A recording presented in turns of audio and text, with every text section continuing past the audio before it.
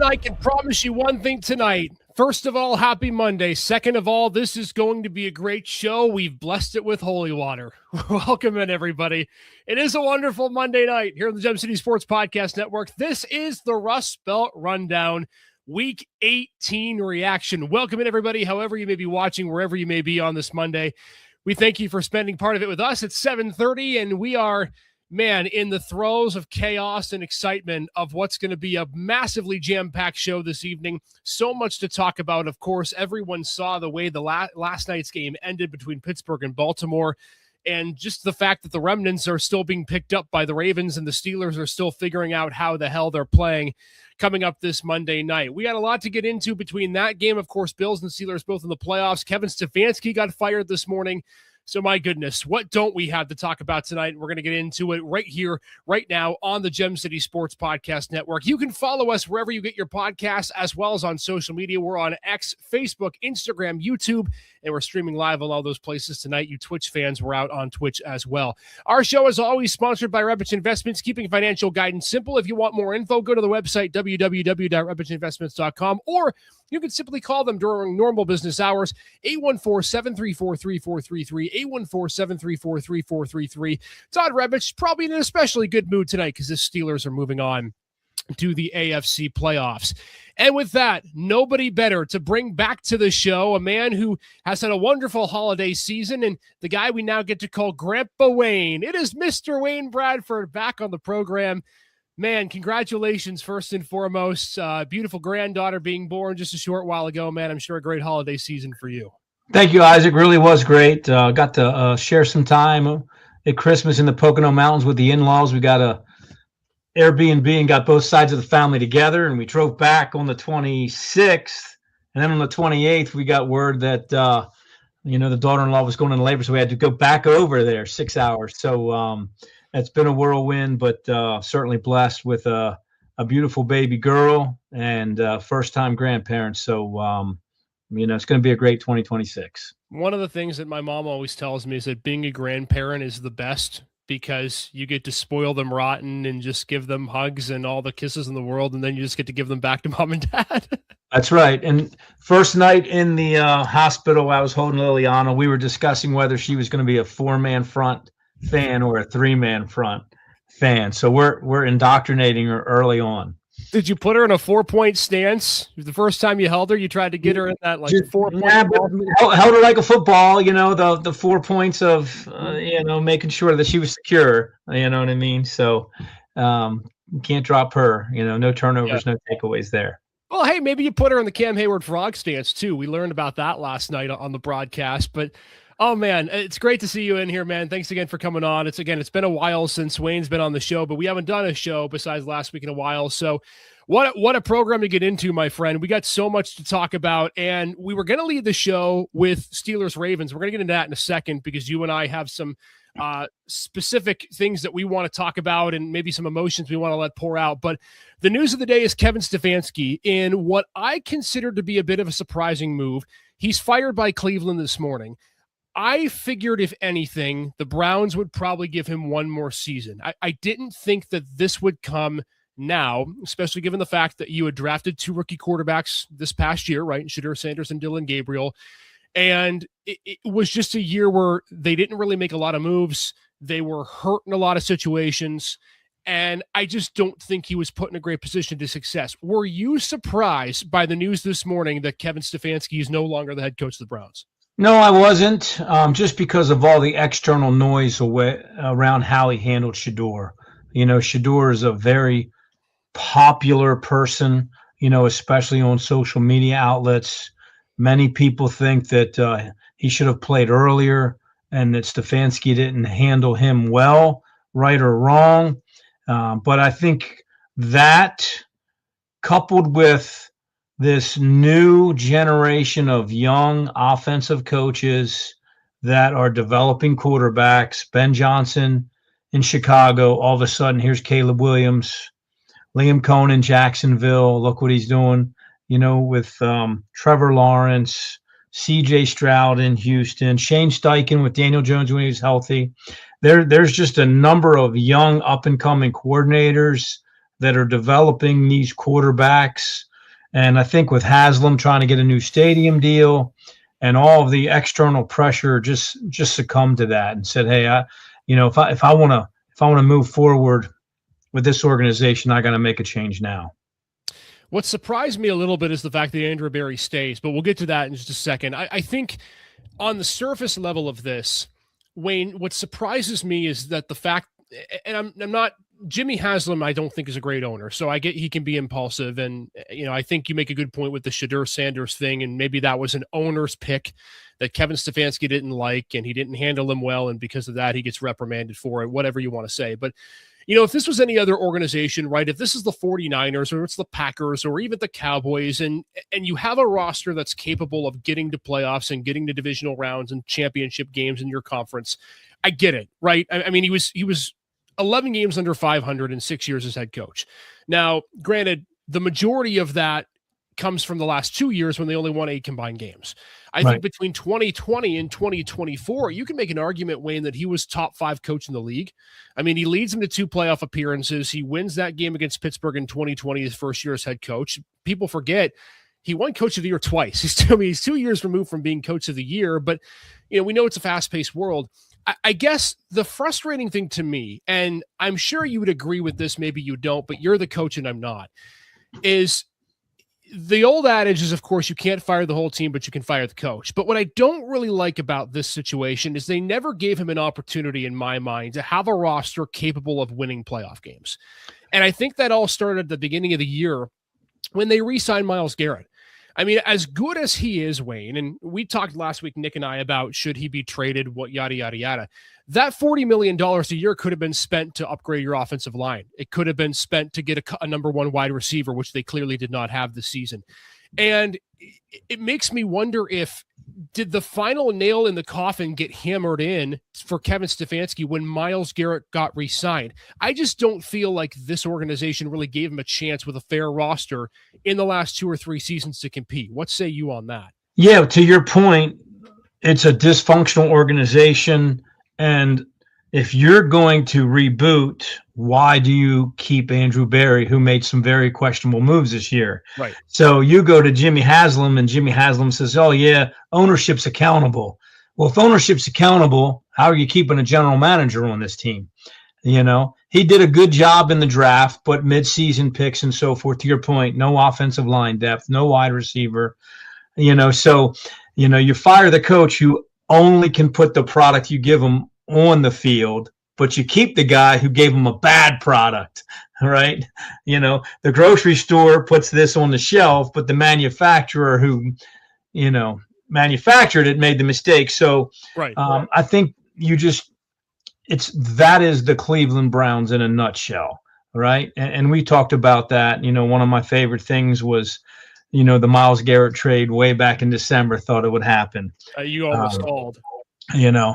If they want some advice from me, trade Myles Garrett to Baltimore. We'll take Miles and Shedeur from Lamar. You guys are good. You're off the hook. All we need is an edge pass rusher. I'll take that deal tomorrow. So, Wayne, that's the second trade in this program that you have made with Lamar. And I actually think it's better than the first one, because the first one you said we'll take Justin Fields for Lamar straight up. At least this one, you're going to get a dynamic pass rusher. Yeah. I mean, but yeah, I'd agree with you. Stefanski, this could be the best thing that happens to him. Sure. And if I'm Stefanski, I don't take another bad coaching job. Don't go take a bad job with the Giants or the Raiders or whatever. Go be an OC somewhere with a good quarterback and rebuild your reputation. I found it very interesting that a lot of the players, especially young ones, came out in support of him today and were really emotional about that. So I would say that the one thing that he didn't do was lose the team. They played hard all the way until the end. And, for a 3-12 team 2 weeks ago to continue to play hard, he never lost that team. And I think that says quite a bit about him. What I was going to bring up is exactly what you mentioned, Wayne. When's the last time you ever saw a fired head coach get to put out a statement in the team release? I mean, that never happens. The fact that they allowed Kevin Stefanski to put a statement in that release saying, I'm grateful, I appreciate it. So you make a great point. There's no, there's no love that's been lost between the Browns and Stefanski and even the players. And I think you could probably tell by his post-game presser yesterday and the emotion he showed, he probably knew this was it. I'm going to disagree with you slightly on what he should do from here. Now, to me, there's two options, and it's gonna blend into what I want to talk about with Cleveland and their next steps. But I think the Atlanta job has his name written all over it. I think it is an absolute no-brainer. If that's a potential opportunity, an avenue that they want to go down, if you're the Falcons, you get a really good dynamic offensive coach who can really train a quarterback in Michael Penix, or if it's Kirk Cousins, have a quarterback that's seasoned and professional, is able to make things work. We saw Kevin Stefanski, even though he butted heads with Baker, well, it worked. They were able to run the football well. Baker was able to limit turnovers in his second year with Cleveland and second year under Stefanski, and he can make this young quarterback in Michael Penix really, really work. I think the Falcons played well down the stretch. We saw, of course, they beat the Saints yesterday, and they have weapons, right? Drake London's a great receiver. We know what Bijan Robinson can do. Kyle Pitts seems like he's turned the corner now. To me, that's a no-brainer. If you're if you're the Falcons, I think Stefanski has to be the option. But I don't mind what you mentioned with an offensive coordinator job. And I think, and we're going to get into this in a minute, that Wayne, 2 or 3 could be open that would be pretty prominent OC jobs. I'm curious to get your thoughts as to, put me in the mind of Stefanski. I know you said, okay, maybe he shouldn't take a head coaching job right now, but what's the ideal situation for Kevin to walk into? Is there a level that he can go down to, that he can take a team to the playoffs? What's that situation for you in your mind? Yeah, I would agree that Atlanta could be a great situation, but I would preface this, and we've had this conversation before about compatibility. Kirk Cousins is an under center, play action pass guy, but Michael Penix is a gun guy, right? And Stefanski's an under center, play. Yes, you might have Penix, but is that the fit, right? I don't know if that's the fit. So you better make sure that your offensive philosophy matches the strengths of your quarterback. And that's my take there.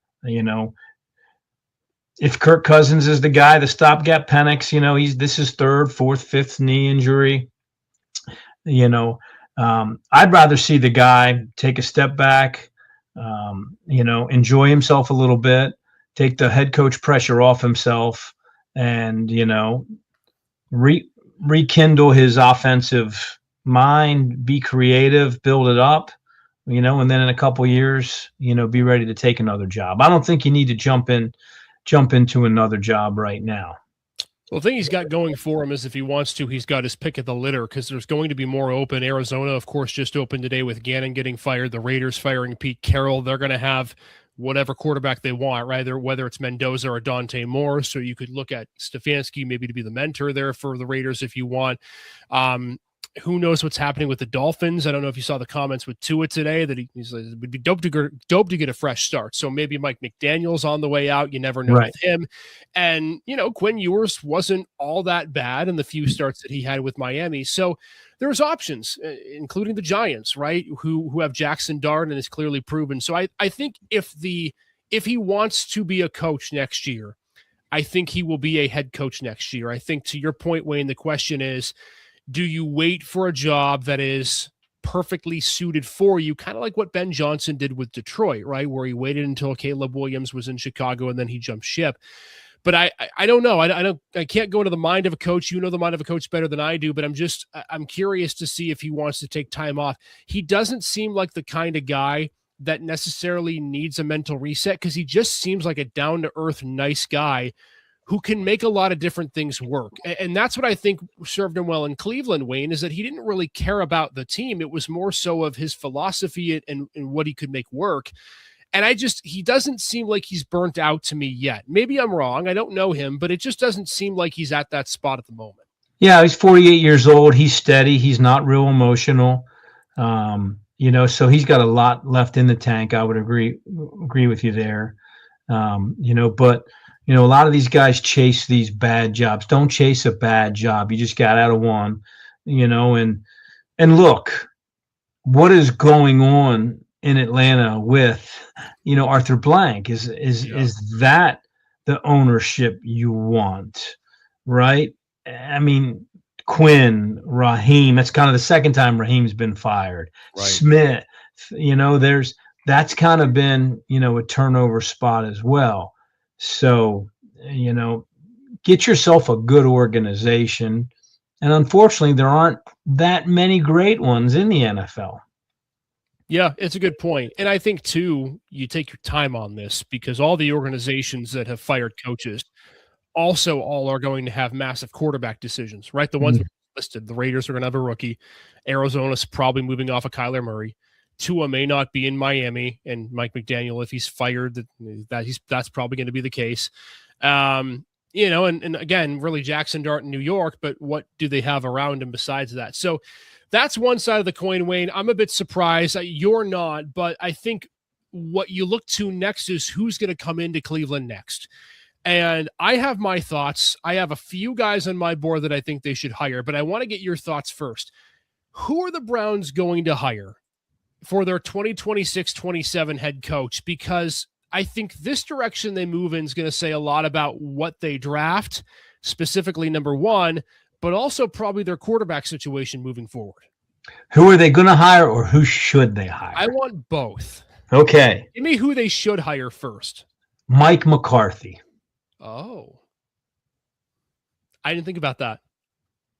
Mike McCarthy. You want a guy that's going to develop a quarterback. Yeah. He's the only guy out there that has won a Super Bowl. He's from Pittsburgh, down south. He's a local guy. Yeah. He's a proven winner. He's a proven quarterback, developer, has a great rapport with all his players. I would hire Mike McCarthy. That would be one for me. Two, who they probably will hire, and it may work out, is they should just promote Jim Schwartz and then go hire a young offense coordinator. That's who I thought you were going to go with, number one. So externally, what you think, I would go Mike McCarthy. Yeah. If you want to just jump on it in 26, just hire the guy who's got the best defense in the league. I mean, obviously the team respects him and has a great rapport, and let him call the defense and go hire a young offense coordinator.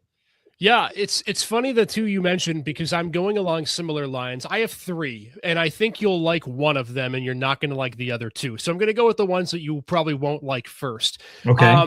Joe Brady would be my first call. I think that to me is a no-brainer given what he has been able to do with the Bills and Josh Allen, and specifically James Cook. I think since he's come to Buffalo, he's done a tremendous job at really leveling both the run and the pass game and intermixing the two. What would serve them well, I think, in Cleveland is that he's coming from a situation in Buffalo in which he doesn't have a number one wide receiver, same in Cleveland. And up until James Cook, he didn't really have a run game either. And we know what he can do with quarterbacks, right? Between his time at LSU and, of course, now at Buffalo, he's certainly a guy capable of being able to have success with Shedeur, with Dylan Gabriel, whoever you want. And then I think in that situation, Wayne, you probably keep Jim Schwartz and you let him run the defense. I think Jim Schwartz has to be in this equation one way or another. I would not promote him, but I think Joe Brady has to be the first call. My second and third call would be the two defensive guys, and maybe this one you'll like a little bit better than Joe Brady.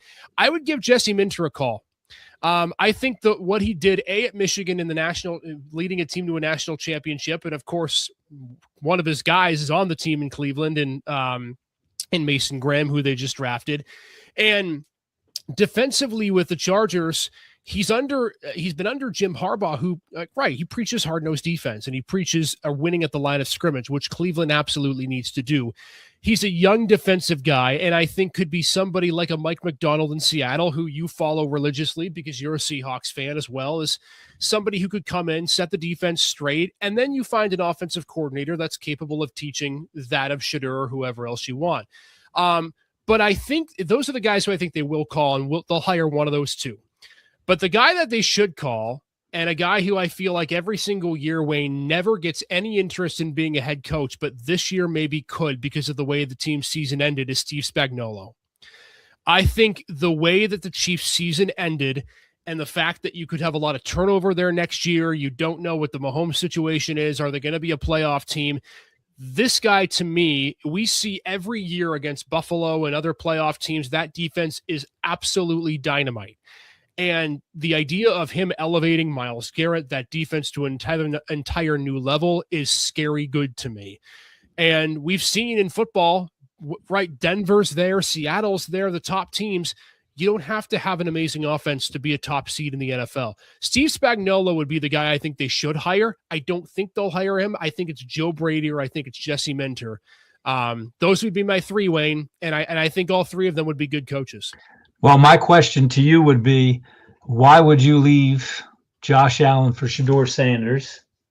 Why would you leave Justin Herbert for Shedeur Sanders? Well, I think the idea is to be a head coach. Yeah, but to be a head coach in a bad organization. That's my thing. Fair. But I mean, at some point you have to ask yourself the question: are any of these jobs good jobs? Say that again. Are any of these jobs good jobs? Are any jobs in the next 3 or 4 years going to be good jobs? I look at this situation and with the Cleveland quarterback situation, Wayne, I don't even know if their starting quarterback next year is on the roster right now. I would agree with you 100%. And in my opinion is this: if you if you name a new young head coach, the idea behind it is that you're going to get a top tier quarterback in free agency via trade or in the draft. That has to be the mantra. So I think the thought process behind a Joe Brady or a Jesse Minter is that you're packaging him with somebody else as a quarterback. I agree with you. I understand where you're getting at, but I think this has to be, and going further in this, it has to be a package deal set to me, where if you're the Browns, you're hiring a head coach, but you're also getting another solid quarterback that can be your leader with the coach moving forward. That has to be the idea in my mind. I got you. Yeah, it makes sense. But the Browns don't make sense very often. It don't. I like your Mike McCarthy one a lot, though. I didn't even think about him. He's been out of the league for a few years, but you talk about. I think McCarthy's the only one who can exhibit enough power over Haslam and say, "Hey, this is the power I want." Right. If you're Joe Brady, do you want to go in and have an Andrew Berry there? You know what I mean, and have no input on who your GM is. That's a tough deal now. I think, especially when, these contracts, Jonathan Gannon, 3 years out, right? Yeah. And you got to look at that too. Like if I'm a Joe Brady or I'm a Jesse Minter, I'm thinking, oh, look, Jonathan Gannon won the Super Bowl when he went to Arizona in 3 years. I mean, that's not a long time to exist, right. So those life expectancies as head coaches, are becoming shorter and shorter. Yeah, no, I'm with you. So we will see. I'm very curious to see how exactly this works. Cleveland's going to have a good amount of opportunities. So they're going to have a lot of good coaching prospects. That just which one are they going to miss on? I guess is the big question, because right. They don't really do much right. So there you go. News on Cleveland. News that we normally report on every year, but it's been 6 years since we've seen a coaching change in Cleveland. So, hey, good on Stefanski. He made it a half a dozen seasons in an organization that will now have 11 head coaches since 1999, which is wild to me. So, your team may not be doing well, but you could be Cleveland. I digress. We are Cleveland. We're just the old Cleveland. They're the new Cleveland. Exactly. You're the old and branded and foundationally sound Cleveland, or maybe not. We're going to get to that right now. Maybe not. We'll get to that right now, but not before we talk about Reput's Investments. They're foundationally sound, and they do a great job of keeping your financial guidance simple. If you want more information, go to their website at www.reputsinvestments.com, or you can call their phone number at normal business hours at 814-734-3433. All right, Wayne, let's just kick the tires on this for a few minutes, shall we? And I know you're better than most Ravens fans about talking about this, because you've kind of been a realist on this team for a while. I've been a realist on my Steelers, but what an ending last night. I think the irony of this game, when I at first thought, Steelers beat Ravens 26-24 in an absolute wild one, and Tyler Loop's going to get the blame, and maybe he should, but I think, to me, the crazy thing about this game was that Baltimore on the stat sheet did absolutely everything that they should have done to win the game. And for 30 minutes, each of their two top players played probably one of their best halves of the entire season.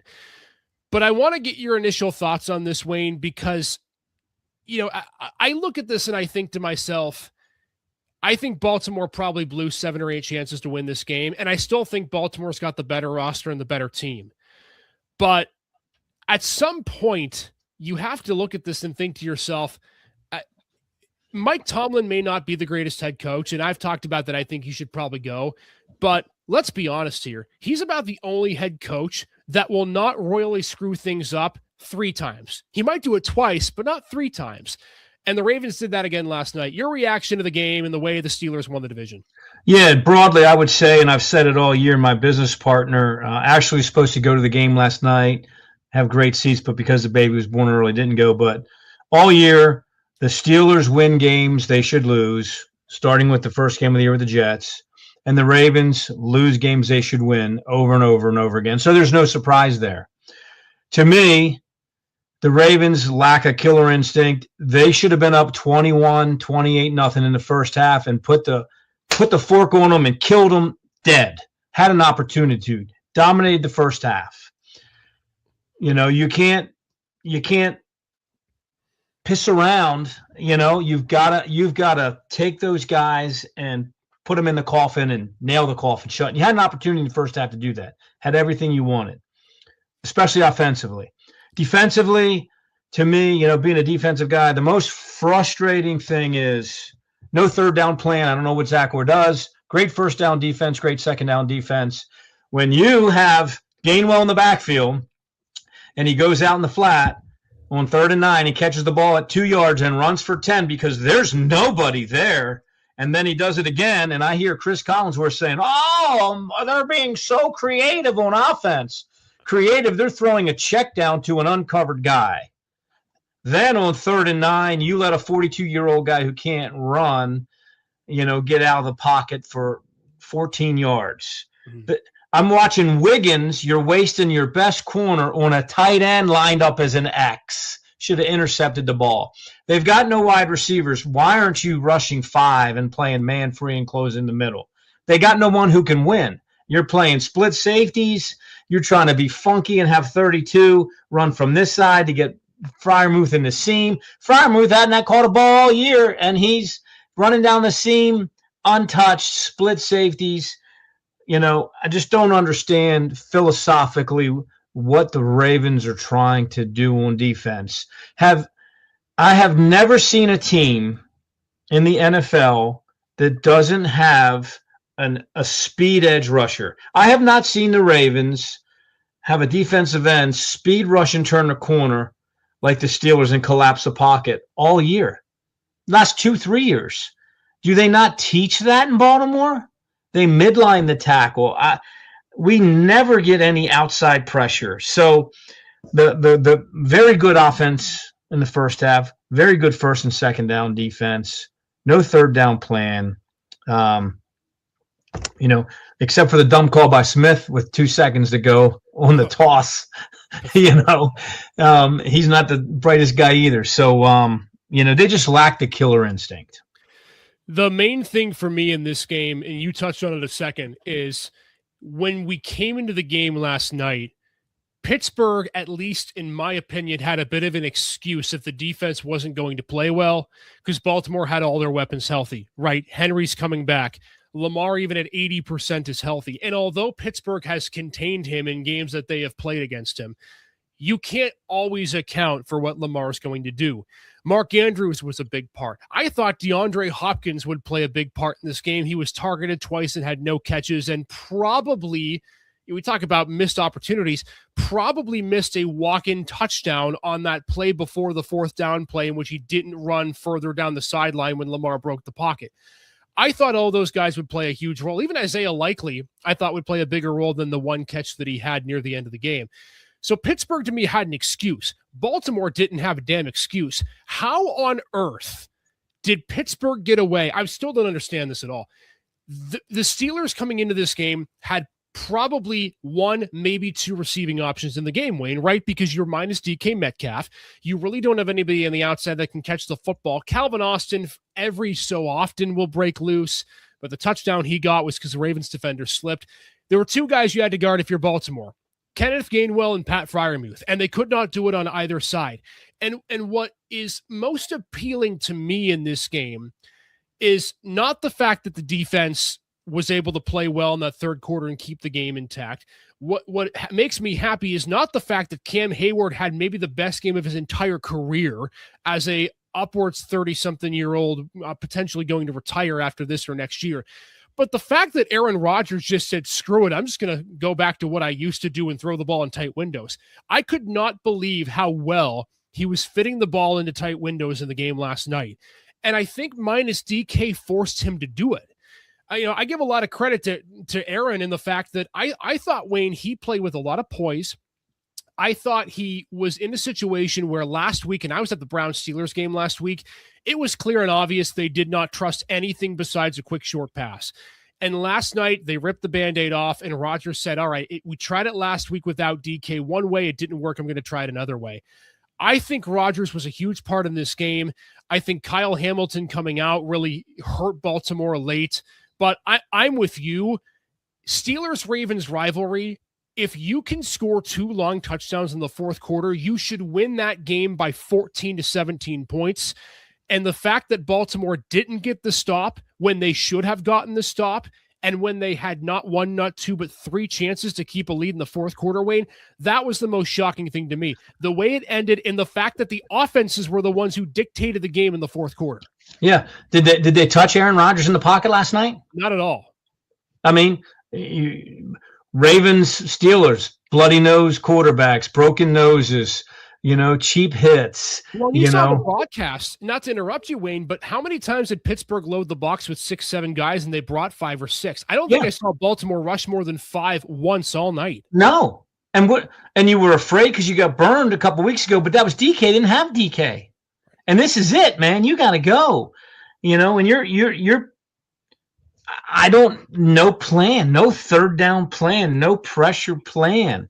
I mean, the only time they did was they brought Hamilton early and dropped Van Noy to the flat. He almost picked it off, and you have a 38-year-old defensive end is the only guy who can cover the guy in the flat.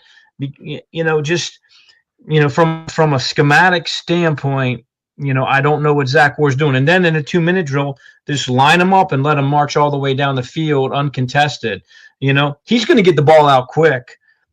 So even in pregame, Kyle Hamilton, he's going to get the ball out quick. We got to press him. We got to be aggressive. We got to do all those things. Nothing. No challenge. No challenge.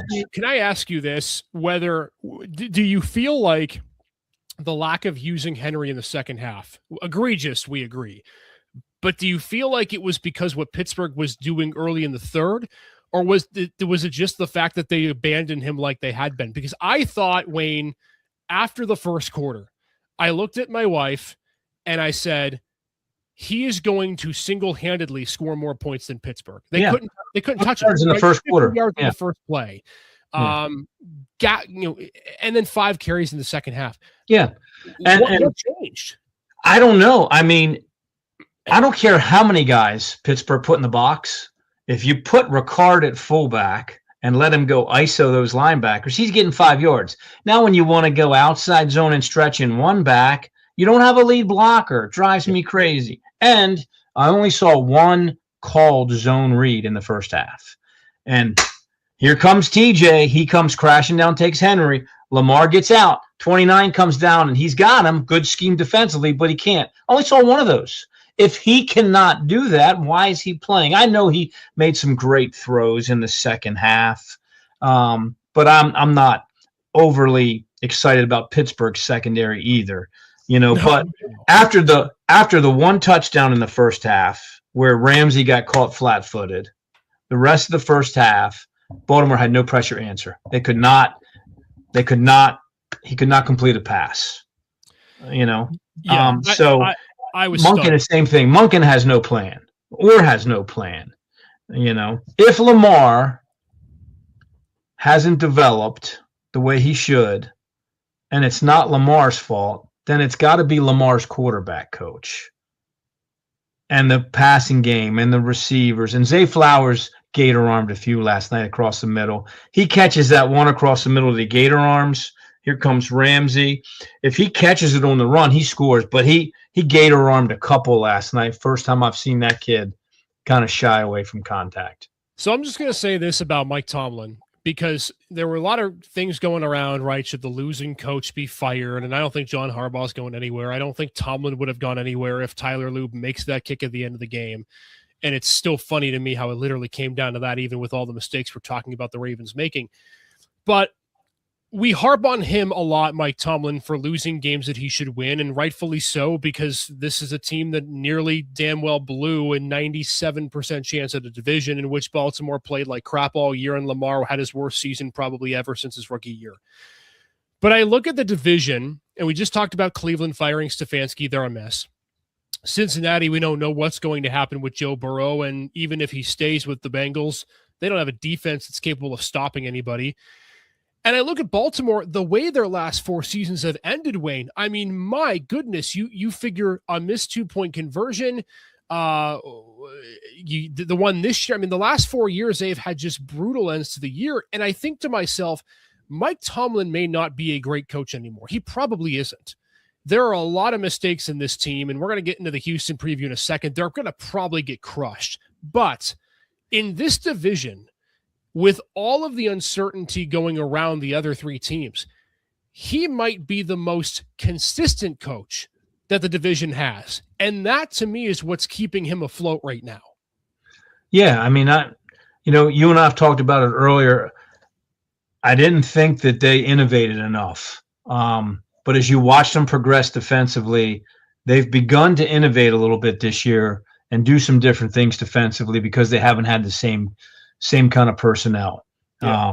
Moving Ramsey to safety, doing some zone pressuring a little bit more. So I do think that they've progressed more defensively than Baltimore has. I still don't think Arthur Smith is a great fit there, especially with Rodgers. Rodgers is going to be on shotgun, get it out right now. I don't think Arthur Smith is really comfortable, Yeah. And Aaron Rodgers, who are you going to put your money on in the AFC now? He might be the guy. Yeah, we're going to get to that in a second, but there aren't many that have experience, I'll tell you that. Yeah, I mean, they're and he played lights out last night, and and to not put him on the ground as a 42-year-old and try to, you have to affect the quarterback. Yeah. You have to affect the quarterback. Look what the Seattle Seahawks did to Brock Purdy at San Francisco. Hell, he might not even make it next week, And, you go to talk about decisions. What decision were you making at the end of that game, as a head coach, putting your quarterback in that distress, down by 10 with no time left? I mean, I know you're competitive and all, but we go through all these scenarios, and it's kind of like, boy, it looked bad. It did. Broke his finger 2 plays earlier, and then they broke him in half. And I thought, oh, here goes UCL again, and that kid's a warrior, but, affect the quarterback. So let's talk playoffs then, Wayne. Good transition, because we just don't know. There are a lot of good teams, but I don't know if we have a favorite in either conference, but let's focus on the teams that we care about here locally. Steelers and Texans. Houston's probably been the hottest team in football in the last 9 weeks. They're favored by 3, probably should be a little bit more. But I have this weird feeling that with DK Metcalf coming back, and we're not going to pick the game now. We're going to pick the game later in later shows, but I think this game will be close. I can't get over the fact at how good this Texans defense is and how fundamentally sound this is. Your take on this game, and I guess the question that I propose to you is, do the Steelers really have any chance with the way Houston's been playing? Yeah, I think the Steelers have a chance because they've got Rodgers and they've got experience. But the Houston Texans are the old Baltimore Ravens. So those cats, led by their head coach and defensive coordinator, have an attitude. Yeah. And they are going to affect the quarterback next week. So, I just think there's there's going to be too much speed on that defense. Really good in the secondary. They'll be able to cover DK one-on-one. They'll be able to double him and be good enough on the other side, to cover guys. But you're going to see some edge speed rushes, on Saturday. Look what they did to Josh Allen and the Bills. Now you've got a non-mobile quarterback. I think as much as Metcalf hurts, the bigger loss to me in this particular game is Darnell Washington. Yeah.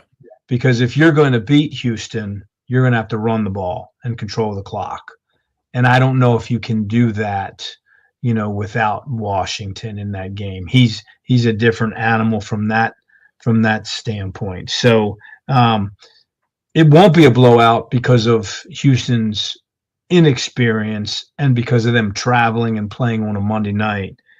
But I think they're too talented, too young, too fast, and just a better football team.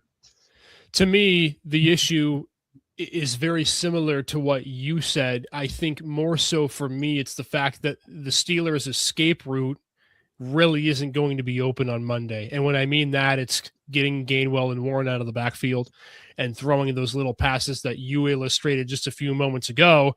You can get 9 or 10 yards out of it because you can make guys miss. You can get in open space, blowing coverages, missed assignments. Rodgers holds the ball. That doesn't happen because the Texans are so good at tackling in space that on 3rd and 8, if you choose to run that play, you're not going to get 8 yards. You're going to get whatever the ball is thrown to. So if it's a 3-yard pass, you're going to get 3. Shazir's going to eat that up.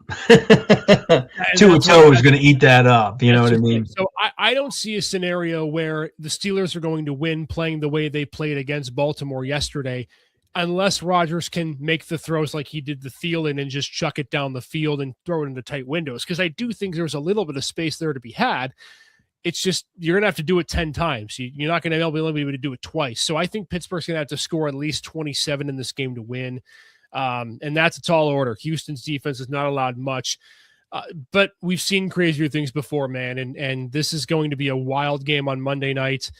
And I don't know. It's probably going to be another bloodbath. We've already seen the Steelers, though, win one of those last night. And now let's go to Buffalo to finish the show, Wayne, because we haven't talked about the Bills, and they've kind of been quietly rolling along, right? They dispatched the Jets yesterday. Well, again, not a competitive game, but their starters really didn't mainly play. Interesting game against Jacksonville. I would say this with the Bills, and I said this last week. I would argue that this is, based on skill and experience, the easiest path they've had to the Super Bowl in the Josh Allen era. Yet, I think it is the toughest first-round matchup that they are going to have in the Josh Allen era in the last 6 years. How do you assess this game with Jacksonville being another one of those teams in the South champion, Wayne? They've been just as good as Houston in the last 10 weeks. Yeah, January 3rd, 1993. The last time the Bills have won a road playoff game. Oh, my gosh. So, Jacksonville's won 8 in a row. Houston's won 9 in a row. Jacksonville, number 1 rush defense. If they can contain Cook and make it one-dimensional, they've got defensive ends just like the Texans, that can rush the passer. It's going to be Josh Allen versus Josh Allen, all right? The outside linebacker, edge rusher versus the quarterback. And Josh is beat up that foot, he got some rest this week, only playing 1. But, he is going to have to win this on his own because I don't think they'll be able to run the ball consistently against Jacksonville. So I think it's a great matchup for Jacksonville's defense. And then on the other side, my biggest concern for Buffalo is the number of guys on the injured list. You're looking at, Ed Oliver, Daquan Jones. There's 2 defensive linemen right now. Who's going to play? Bernard, Cam Lewis, Hairston, Poyer. Just the number of guys that are questionable that may not play. Right. Jacksonville, Liam Cohen, Trevor Lawrence. I think everybody's been waiting for Trevor Lawrence to emerge. This is his kind of coming out party, right? If he beats Allen, man, he kind of gets the mantle now with Mahomes being hurt. So I'm a big Trevor Lawrence guy. I like him. I think the guy's a hell of a player. He's finally got a scheme and some support around him, much like Pittsburgh, right? No receivers. Now he's got a group of receivers and tight ends that complement him. So this is going to be a very difficult task for Buffalo. It's almost like someone needed to kind of push Trevor Lawrence around for a minute and say, look, dude, you're 6'6" or whatever, 230 pounds, just zip the ball down the field. I mean, he's finally unlocked what he can do with his arm. And that's been scary to look at. I think the injuries are a big issue for the Bills. What worries me the most, and I think this has been the worry all year, is that Josh Allen's going to have to do literally everything. And he probably will, I think, is what's going to be the case. I think he will on Sunday. I just don't know if it's going to be enough, because we saw Jacksonville. I was watching that Jags-Titans game for about 5 minutes. It was 7-0 Tennessee. I went to go make a sandwich. It was 31-7. I mean, so they score points, and they score points in bunches. And to your point, they can get the ball down the field quickly. I think Travis Etienne's an underrated running back. The fact that he didn't even start the season because they had a couple guys in front of him, and he comes back, he regains the starting job, and now he's back doing what he does in the backfield. And then I think the heat's a problem too, Wayne. I mean, look, this is going to be, 70, 75 degrees. It's not like we're playing in cold weather, and we know Josh Allen doesn't lose his abilities in cold weather, so the sun might be his kryptonite. As funny as that sounds, Jacksonville gets the home game advantage for them. And I also think, too, pressure is another thing. I mean, you may laugh at this, but I don't necessarily think this is Buffalo's last shot to win a Super Bowl. Josh has got 10 to 12 more years. But when you don't have Mahomes, when you don't have Burrow, when you don't have Jackson to the playoffs, how can you not, if you're Buffalo, look at the field and think, we have by far the best quarterback. We have the most playoff experience of the teams that are in this field. And like I said, there's not a team in front of us that we don't think we can beat. So that's got to be in the back of their minds, is it not? Yeah, I would think so. I mean, pressure is unbelievable. And to your point, if you're Jacksonville, man, let it loose, have fun, let it fly. You're probably, even though you're the 3 seed, you're probably not expected to win, so just go do your thing. And, on the other side of that, yes, Buffalo, there's no Kansas City. We've got to win. It's Super Bowl or bust. So if they play tight, and get behind and can't run the football, it might be a long day. Yeah, no doubt. What an interesting playoff field, and new division champions.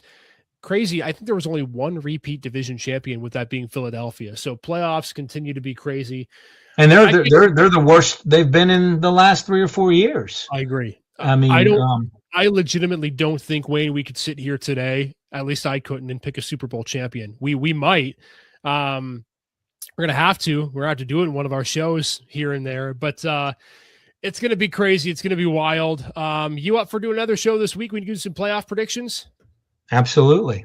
All right. Well, there it is, set in stone. We have another show coming up later this week. Wayne and I will have our playoff predictions. We'll predict the Steelers. We'll predict the Bills. See who's going to win it all. I don't have any idea who I'm picking, so we need a bit of time to figure this out. But Wayne, man, it's great to see you. I appreciate you again being on. This was a fun show tonight, and I hope we can get some good talking points for the postseason, but I get the feeling it's going to be a little chaotic because we just don't know. Yeah, I think the great story is, this is a great year for the NFL, because you have a new group of fans. Like, it's great for the NFL for Jacksonville to be good. It's great for the NFL for Houston to be good. Mm-hmm. It's great for the NFL for New England to be the bad guys again. It's great for the NFL for Denver to be good. You have these different markets now. Obviously, as a Seattle fan, it's wonderful for Seattle, to be very good. It's a great story for Chicago, the oldest franchise, to kind of be revitalized. You have some new markets, and I think that is going to be really good for the NFL and this new generation of fans. You're going to see a lot of Bo Nix jerseys and Caleb Williams and Drake May. So you've got this whole new foundation coming in. So that bodes well for the NFL for the next decade or so. Hey, can't wait. Next show Wednesday at 8 o'clock. We'll do some NFL playoff predictions, talk a little high school hoops and more. See everyone on the flip side. What a week, what a season. Can't wait for more. This has been the Gem City Sports Podcast Network, brought to you by Rebus.